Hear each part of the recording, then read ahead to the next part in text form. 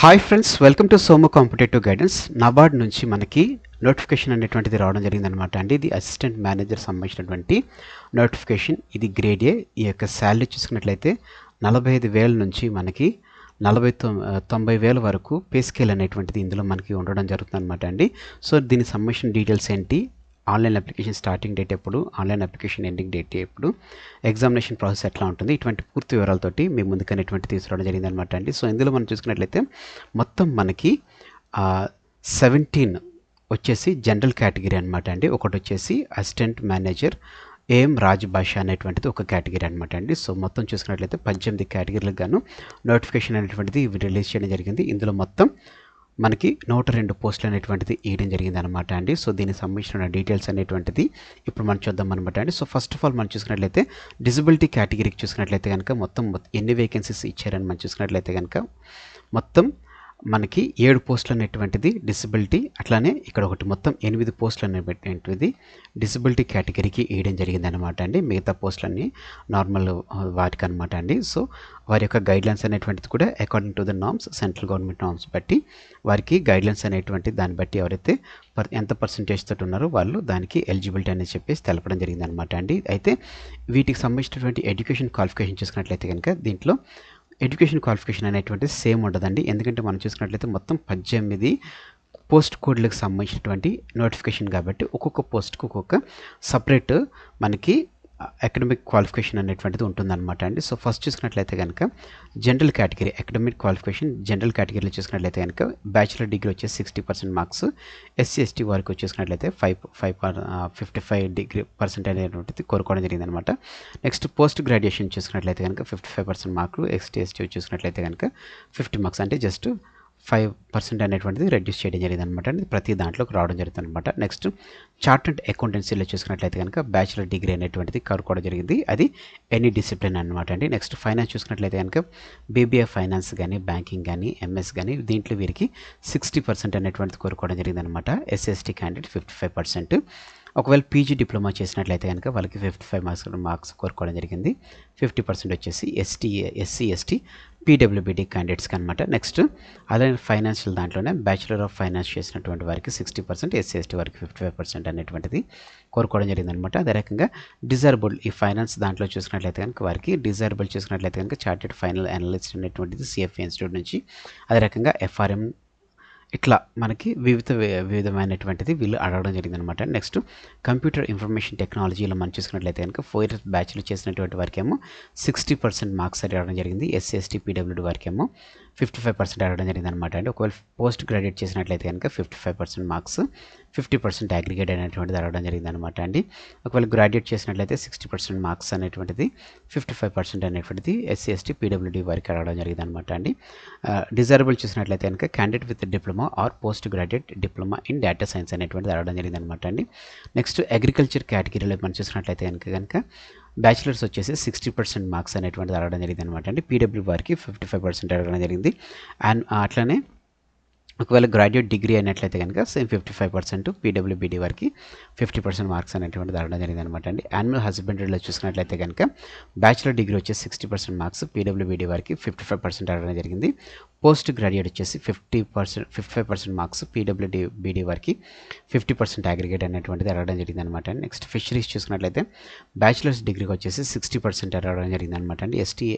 ST PWD వారికి 55%, post graduate అయినట్లయితే కనుక 55%, ఎస్టీ పీడబ్ల్యూ వారికి ఏమో 50%. ఫుడ్ ప్రాసెసింగ్ చూసుకున్నట్లయితే కనుక బ్యాచిలర్ డిగ్రీకి వచ్చేసి 60% మార్క్స్, పీడబ్ల్యూబీడీ వారికి 55%, పోస్ట్ గ్రాడ్యుయేట్ వచ్చేసి 55%, పీడబ్ల్యూడీ వచ్చేసి 50% మార్క్స్ రావడం జరిగింది అనమాట. నెక్స్ట్ ఫారెస్ట్రీ డిపార్ట్మెంట్లో చూసుకున్నట్లయితే కనుక బ్యాచిలర్ డిగ్రీ దీంట్లో 60% మార్క్స్ రావడం జరిగింది అనమాట అండి. పీడబ్ల్యూ వారికి 55, పోస్ట్ గ్రాడ్యుయేట్ డిగ్రీ చూసుకున్నట్లయితే కనుక మనకి 55% మార్క్స్, నెక్స్ట్ పీడబ్ల్యూ వారికి 50% రావడం జరిగింది. ప్లాంటేషన్ హార్టికల్చర్లో చూసుకున్నట్లయితే కనుక బ్యాచిలర్ డిగ్రీ సేమ్ 60%, పీడబ్ల్యూబీడీ వారికి 55%, పోస్ట్ గ్రాడ్యుయేట్ 55%, పీడబ్ల్యూబీడీ వారికి 50% రావడం జరిగింది. జిఏ వారికి జియో ఇన్ఫర్మాటిక్స్ చూసుకున్నట్లయితే బ్యాచిలర్ డిగ్రీ వచ్చేసి 60, పోస్ట్ గ్రాడ్యుయేట్స్ వచ్చేసి 55%, 5 మార్క్స్ అనేటువంటి 5% అగ్రిగేట్ అనేటువంటి తగ్గేది పీడబ్ల్యూబీడీ వారికి అనమాట అండి. నెక్స్ట్ డెవలప్మెంట్ మేనేజ్మెంట్ చూసుకున్నట్లయితే కనుక bachelor degree 60% marks, SC ST PWD వారికి 55, పోస్ట్ గ్రాడ్యుయేట్లో చూసుకున్నట్లయితే కనుక 55%, ఎస్టీ పీడబ్ల్యూ వారికి 50%, నెక్స్ట్ స్టాటిస్టికల్ ఆఫీసర్ సంబంధించి చూసినట్లయితే కనుక బ్యాచిలర్ డిగ్రీ వచ్చేసి 60% మార్క్స్, ఎస్టీ పీడబ్ల్యూ వారికి 55%, పోస్ట్ గ్రాడ్యుయేట్ వచ్చేసి 55%, సివిల్ ఇంజనీర్కి వచ్చేసుకున్నట్లయితే కనుక 60% మార్క్స్ బ్యాచిలర్ డిగ్రీ, 55% వచ్చేసి పీడబ్ల్యూడి, పోస్ట్ గ్రాడ్ వచ్చేసి 55%, పీడబ్ల్యూడి వచ్చేసి 60%, ఎలక్ట్రికల్ ఇంజనీరింగ్ చూసుకున్నట్లయితే సేమ్ 60% అనేటువంటిది బ్యాచిలర్ డిగ్రీ, ఎస్టీ పీడబ్ల్యూడి వారికి 55%, పోస్ట్ గ్రాడ్ వచ్చేసి 55%, ఎస్టీ పీడబ్ల్యూడి వారికి 50% రావడం జరిగింది. నెక్స్ట్ ఎన్విరాన్మెంటల్ ఇంజనీరింగ్ చూసుకున్నట్లయితే కనుక డిగ్రీ వచ్చేసి 60% మార్క్స్, ఎస్టీ పీడబ్ల్యూడి వారికి 55%, పోస్ట్ గ్రాడ్యుయేట్ వచ్చేసి 55% మార్క్స్, ఎస్టీ పీడబ్ల్యూడి వారికి 50%. Next HRM human resource management చూసినట్లయితే కనుక మనకి బ్యాచిలర్స్ వచ్చేసి సేమ్ 60%, ఎస్సీ పీడబ్ల్యూడి వారికి 55% వచ్చి అడగడం జరిగింది. నెక్స్ట్ అసిస్టెంట్ రాజ్భాష చూసుకున్నట్లయితే కనుక ఇందులో ఇంగ్లీష్, అదే రకంగా హిందీ అనేటువంటిది అడగడం జరిగింది అనమాట అండి. ఇందులో బ్యాచిలర్స్ హిందీ ఇంగ్లీష్ మీడియం అనేటువంటి కంపల్సరీ ఉండాలి. రికగ్నైజ్డ్ యూనివర్సిటీ నుంచి 60% వచ్చేసి బ్యాచిలర్ డిగ్రీకి, 55% వచ్చేసి ఎస్సీ పీడబ్ల్యూడి వారికి. పీజీ డిప్లొమా ట్రాన్స్లేషన్లో చూసుకున్నట్లయితే కనుక మినిమం 1 year అనేటువంటిది ఉండాలి. అది Hindi or English vice versa అనేటువంటిది కోరుకోవడం జరిగింది అనమాట అండి. సో వీరి యొక్క డిగ్రీ వచ్చేసి మాస్టర్స్ అయితే కనుక 60%, ఎస్సీ ఎస్టీ వారికి 55%.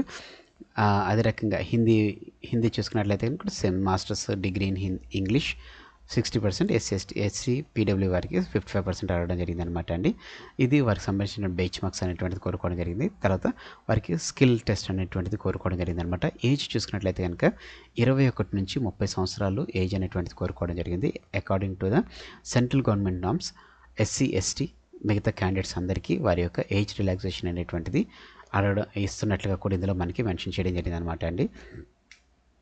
సో ఎస్సీ ఎస్టీ వారికి 5 years అనేటువంటిది. సో ఈ రకంగా ఎవరైతే డిజైర్డ్ సెంట్రల్ గవర్నమెంట్ నామ్స్ ఏవైతే ఉన్నాయో అవన్నీ వర్తిస్తున్నట్లుగా తెలపడం జరిగింది అనమాట అండి. సెలక్షన్ ప్రాసెస్ మనం చూసుకున్నట్లయితే కనుక ప్రిలిమ్స్ ఎగ్జామ్ ఉంటుందండి, దాని తర్వాత మెయిన్స్ ఎగ్జామ్ ఉంటుంది, దాని తర్వాత ఇంటర్వ్యూ ఉంటుంది. ఇంటర్వ్యూలో మెయిన్స్ ఎగ్జామ్లో కూడా మనకి ఇంకో ఎగ్జామ్ ఉంటుంది, దాని సబ్మిషన్ డీటెయిల్స్ అనేటువంటిది ఇప్పుడు మీకు తెలుపుతాను అనమాట అండి. సో ఫస్ట్ ప్రిలిమినరీ చూసుకున్నట్లయితే కనుక ప్రతి ఒక్కరికి సేమ్ అనమాట అండి. అది ఆర్డీబీఎస్ కానీ రాజ్భాష వారికి కానీ సేమ్ ఉంటుందన్నమాట. మొత్తం మనకి చూసుకున్నట్లయితే 8 టాపిక్స్ అనేటువంటిది ఉంటుంది. Test of reasoning, English language, computer language, quantitative aptitude, decision making, general awareness, eco social issues with focus on rural area, agriculture and rural development with emphasis of rural India అనేటువంటిది. So ఈ 8 topics చూసుకున్నట్లయితే కనుక రీజనింగ్కి వచ్చేసి 20 questions 20 marks, ఇంగ్లీష్కి వచ్చేసి 30 questions 30 marks, కంప్యూటర్కి వచ్చేసి 20 questions 20 marks, quantitative aptitude 20 questions 20 marks, decision making 10 questions 10 marks, general awareness 20 questions 20 marks, eco and social issues చూసుకున్నట్లయితే కనుక 40 questions 40 marks, agriculture and rural దాంట్లో చూసుకున్నట్లయితే 40 questions 40 marks. ఈ రకంగా వెరసి 200 questions 200 marks ఇవ్వడం జరుగుతుంది అనమాట అండి. క్వశ్చన్ పేపర్ వచ్చేసి బైలింగ్వల్ ఉంటుంది, హిందీ ఇంగ్లీష్ ఉంటుంది అనమాట.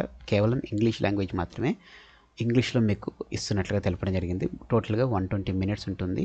120 minutesలో 200 questionsకి మనం సమాధానం చేయాలన్నమాట అండి. అయితే ఈ 8 మనం చూసుకున్నట్లయితే కనుక test of reasoning, English language, computer knowledge, quantitative aptitude, decision making ఇవి ఏదైతే ఉన్నాయో జస్ట్ క్వాలిఫైయింగ్ నేచర్గా తీసుకుంటడం జరుగుతుంది అనమాట అండి. అయితే మెరిట్ సెక్షన్లో చూసుకున్నట్లయితే కనుక మిగతా ఉన్నటువంటి ఈ 3 ఏవైతే ఉన్నాయో వీటిని మెరిట్ సెక్షన్లో తీసుకోవడం జరుగుతుంది అనమాట.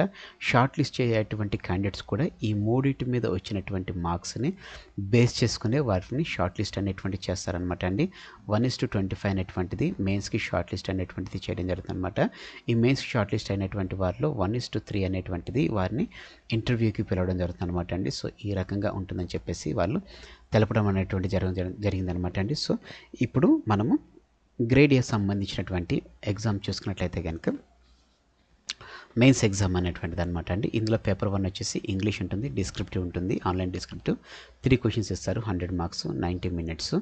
డిస్క్రిప్టివ్ ఆన్సర్ టైప్డ్ బై కీబోర్డ్లో మనం టైప్ చేయాలని ఉంటుంది అనమాట అండి. నెక్స్ట్ పేపర్ 2 వచ్చేసి economic and social issues and agriculture and rural development అనేటువంటిది అనమాట అండి. ఆబ్జెక్టివ్ వచ్చేసి 30 questions అంటూ ఉంటుందన్నమాట అండి. ఇందులో 2 marks ఫర్ ఈచ్ 1 question అనేటువంటిది ఇవ్వడం జరిగింది అనమాట అండి. 30 questions 50 marks అనేటువంటిది అనమాట. అంటే ఇందులో కొన్ని క్వశ్చన్స్కి ఒక క్వశ్చన్కి వచ్చి 2 మార్కులు ఉంటుందన్నమాట. దాన్ని చూసుకుని మీరు ఆన్సర్ చేసుకున్నట్లయితే మీకు యూజ్ అవుతుంది అనమాట. నెక్స్ట్ డిస్క్రిప్టివ్ అనమాట. అంటే డిస్క్రిప్టివ్లో 6 క్వశ్చన్స్ అడుగుతారనమాట.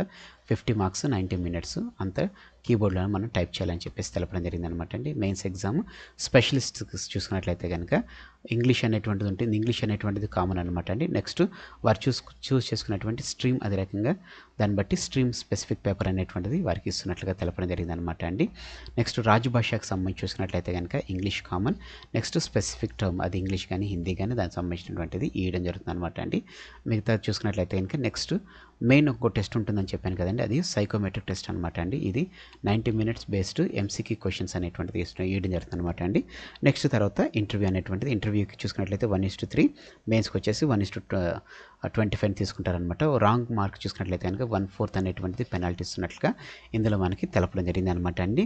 సో ఇప్పుడు మనం సిలబస్ చూసుకున్నట్లయితే కనుక ఇంగ్లీష్ అనేటువంటి సిలబస్ ఉంటుందన్నమాట. మొత్తం నేను మీకు సిలబస్ చెప్పుకుంటూ వెళ్ళిపోతుంటే టైం అనేటువంటిది లాంగ్ అయిపోతుంది కాబట్టి వీడియో కూడా లెంత్ ఎక్కువైపోతుంది. సో పేపర్ 1 లాంగ్వేజ్ ఎట్లుంటుందండి, పేపర్ 2 వచ్చేసి ఈ విధమైనటువంటి సిలబస్ అనేటువంటి ఇందులో మనకి మెన్షన్ అనేటువంటి చేయడం జరిగింది అనమాట అండి. నెక్స్ట్ ఇప్పుడు ఎగ్జామినేషన్ సెంటర్స్ చూసుకున్నట్లయితే కనుక 2 తెలుగు రాష్ట్రాల్లో ఉన్నటువంటి వారికి ఆంధ్రప్రదేశ్లో శ్రీకాకుళం, గుంటూరు, విజయవాడ, కడప, కర్నూలు, నెల్లూరు, రాజమండ్రి, విశాఖపట్నం, తిరుపతి, కాకినాడ, విజయనగరం అనేటువంటి ఎగ్జామినేషన్ సెంటర్స్ అనమాట అండి. తెలంగాణలో చూసుకున్నట్లయితే కనుక హైదరాబాద్, సికింద్రాబాద్, కరీంనగర్, వరంగల్, ఖమ్మం, మహబూబ్ నగర్ అనేటువంటిది సెంటర్స్గా ఉండడం జరిగింది అనమాట అండి. ఇప్పుడు మెయిన్స్ ఎగ్జామ్ చూసుకున్నట్లయితే కనుక సైకోమెట్రిక్ టెస్ట్ ఏదైతే ఉందో దానికి సంబంధించి చూసుకున్నట్లయితే కనుక హైదరాబాద్, సికింద్రాబాద్ అనేటువంటిది ఇవ్వడం జరిగింది అనమాట అండి. అంటే ఫేజ్ 2 ఎగ్జామినేషన్ సెంటర్స్ వచ్చేసి 2 తెలుగు రాష్ట్రాల్లో చెందినటువంటి వారు హైదరాబాద్, సికింద్రాబాద్లోనే వారికి సెంటర్ అనేటువంటిది వస్తున్నట్లుగా తెలపడం జరిగింది అనమాట అండి. నెక్స్ట్ అప్లికేషన్ ఫీజు అనేటువంటి చూసుకున్నట్లయితే కనుక ఎస్సీ, ఎస్టీ, పీడబ్ల్యూ వారికి 150 రూపీస్ అనేటువంటిది ఇవ్వడం జరిగింది అనమాట. ఎక్స్క్లూజివ్ జిఎస్టీ అనమాట అండి. దీనికి తర్వాత ఇంక్లూడ్ జిఎస్టీ మీకు మినిమం మీకు 170-200 లోపు మీకు ఉంటుందన్నమాట అండి. అదర్స్ చూసుకున్నట్లయితే కనుక 850 రూపీస్ అనేటువంటిది ఉంటుందన్నమాట అండి. నెక్స్ట్ స్టాఫ్లో ఉన్నటువంటి వారికి కూడా వారికి ఎంత ఫీజు ఉంటుంది అనేటువంటి దాన్ని బట్టి మెన్షన్ చేస్తారని చెప్పి తెలపడం జరిగింది. పే స్కేల్ వచ్చేసి 44,500 నుంచి 89,150 రూపాయలు అనేటువంటిది పే స్కేల్గా ఉంటున్నట్లుగా మనకి తెలపడం జరిగింది అనమాట అండి. అప్లై చేసుకోవడానికి మీరు డైరెక్ట్గా ఆన్లైన్ సైట్లోకి మీరు వెళ్ళిపోయినట్లయితే కనుక మీరు దానిలోంచి డౌన్లోడ్ చేసుకోవచ్చు అనమాట అండి. మీకు ఆన్లైన్ అప్లికేషన్ ప్రాసెస్ కూడా కావాలనుకున్నట్లయితే కనుక మీరు దానికి సంబంధించినటువంటి కామెంట్ అనేటువంటిది మీరు చేసినట్లయితే ఆన్లైన్ అప్లికేషన్ కూడా ఎలా చేసుకోవాలని చెప్పేసి మీకు మెన్షన్ అనేటువంటి చేస్తానండి. మ్యాక్సిమం మీకు చూసుకున్నట్లయితే ఐబీపీఎస్ ఎట్లా ఉంటుందో సేమ్ మనకి అప్లికేషన్ ఫామ్ అనేటువంటి కూడా సేమ్ ఉంటుందన్నమాట అండి. బ్యాంకింగ్ ఎగ్జామ్స్కి మనం ఎట్లయితే అప్లై చేస్తామో సేమ్ అప్లై అనేటువంటిది ఇక్కడ మనం చేసుకోవాలన్నమాట అండి. దానికి మించి వేరే ఏ విధమైనటువంటిది లేదనమాట అండి. సో దీని యొక్క last date of online application చూసుకున్నట్లయితే కనుక మీకు important online application registration and payment submit చేసుకున్నట్లయితే కనుక 27th జూలై నుంచి ఆగస్ట్ 15th అనేటువంటిది లాస్ట్ అనమాట అండి. దీని తర్వాత మీకు 15th ఆగస్ట్ తర్వాత మీరు అప్లై చేసుకునేటువంటి ఛాన్స్ లేదనమాట అండి. ప్రిలిమినరీ ఎగ్జామినేషన్ చూసుకున్నట్లయితే కనుక 1 సెప్టెంబర్ 2024 కండక్ట్ చేస్తారని చెప్పి తెలపడం జరిగిందనమాట అండి. ప్రిలిమినరీ ఎగ్జామ్ ఈ ప్రిలిమినరీ ఎగ్జామ్ తర్వాత రిజల్ట్స్ ఇచ్చిన తర్వాత మెయిన్ ఎగ్జామ్ అనేటువంటి తర్వాత అనౌన్స్ చేస్తామని చెప్పేసి వాళ్ళు తెలపడం జరిగిందనమాట అండి. సో గుర్తుపెట్టుకోండి 27th జూలై నుంచి 15th ఆగస్ట్ వరకు. మరి మనకి ఇంకో చూసుకున్నట్లయితే ఇంకో 10 days అనేటువంటిది టైం ఉండడం జరిగింది. ఈ లోపే మీరు రిజిస్ట్రేషన్ అనేటువంటిది చేసుకోండి. ఫర్దర్గా లేట్ అవుతున్న కొద్దీ సర్వర్ అనేటువంటిది బిజీ అవుతుంది కాబట్టి ముందే అప్లై చేసుకోండి. మరిన్ని ఇంకా మీకు ఏమైనా డౌట్స్ ఉన్నట్లయితే కనుక మీరు ఈ వీడియో కింద మీరు కామెంట్ చేసినట్లయితే తప్పకుండా దానికి సంబంధించినటువంటి ఇన్ఫర్మేషన్ లేకపోతే రిప్లై అనేటువంటిది మీకు ఇవ్వడం జరుగుతుంది అనమాట అండి. సో ఫ్రెండ్స్ ఇదండి నాబార్డ్ నుంచి వచ్చినటువంటి గ్రేడ్ ఏ అసిస్టెంట్ మేనేజర్ సంబంధించినటువంటి పోస్టులకు సంబంధించినటువంటి వివరాలు. Thanks for watching the video. Have a nice day. All the best for exams. Bye.